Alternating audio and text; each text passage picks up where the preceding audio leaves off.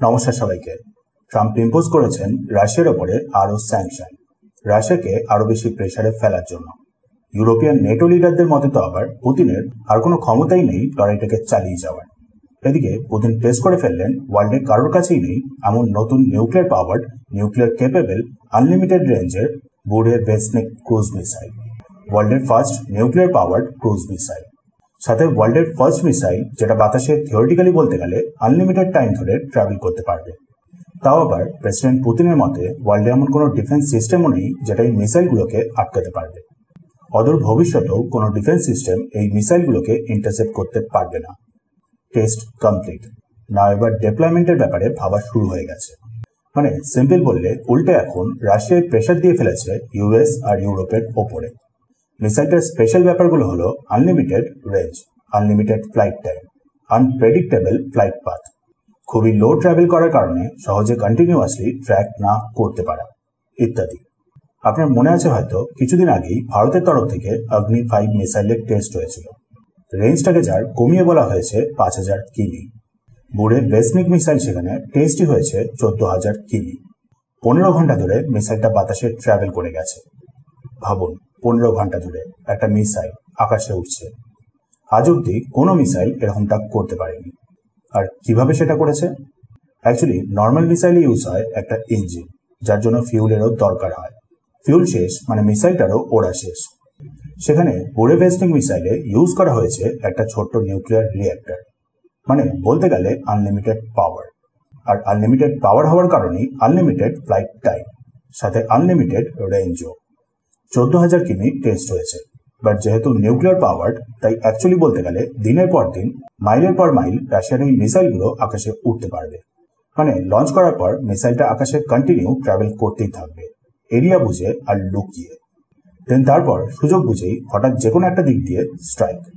পুরো এই পৃথিবীতে যে কোনো জায়গাতে গিয়েও স্ট্রাইক করতে পারবে।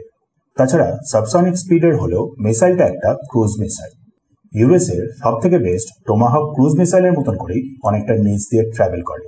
সাথে ডিজাইন সম্পর্কিত বেশ কিছু কারণে এতটা সহজ হয় না ডিটেক্ট করা। আনপ্রেডিক্টেবল পথ ফলো করতে পারে, ফলে ডিটেক্ট করাটা আরো কঠিন। তার উপর আবার মিসাইলগুলো নিউক্লিয়ার কেপেবল। এবার দেখুন, অনেকেই বলতে পারেন যে ক্রুজ মিসাইল হলো ব্রহ্মসের মতন একেবারে নিচ দিয়ে ট্রাভেল করে না। সাবসনিক স্পিড মানে কম্পারেটিভলি খুবই স্লো। তার উপর আবার নিউক্লিয়ার রিঅ্যাক্টর, হিট আর রেডিয়েশন ইজিলি ট্র্যাক করা যায়। ওয়েল, ঠিক এইখানেই অ্যাড হচ্ছে আরো একটা অ্যাঙ্গেল, যে কারণে শুরু থেকেই ইউএস এই মিসাইলটাকে নিয়ে বেশ অনেকটাই চিন্তিত আছে।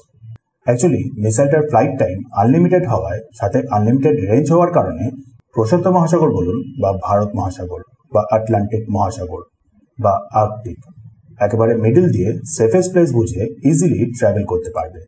অবভিয়াসলি পুরো এই ওয়ার্ল্ডে ইউএস এর বেশ অনেকগুলোই বেস আছে, বাট এমন না যে এই মহাসাগরগুলোর মাঝ বরাবর পরপর বেশ অনেকগুলো জায়গায় লাইন দিয়ে বেস রয়েছে।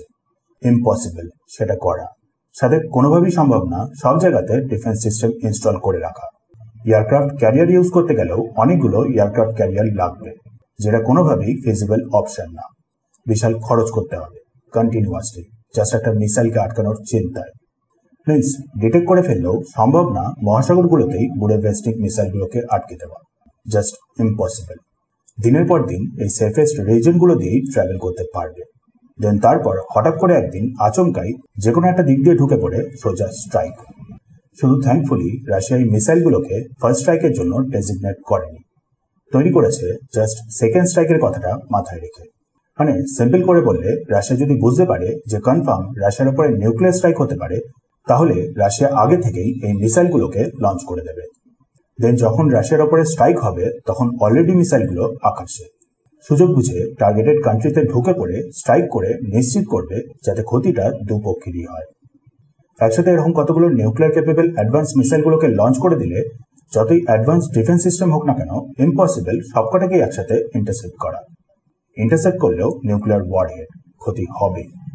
সেটাও কাজ না করলে ইঞ্জিনের বদলেতে আবার ব্যবহার করা হয়েছে ছোট্ট নিউক্লিয়ার রিঅ্যাক্টর, সেটাও অ্যাটলিস্ট অনেকটা বাজেভাবে এফেক্ট ফেলবে।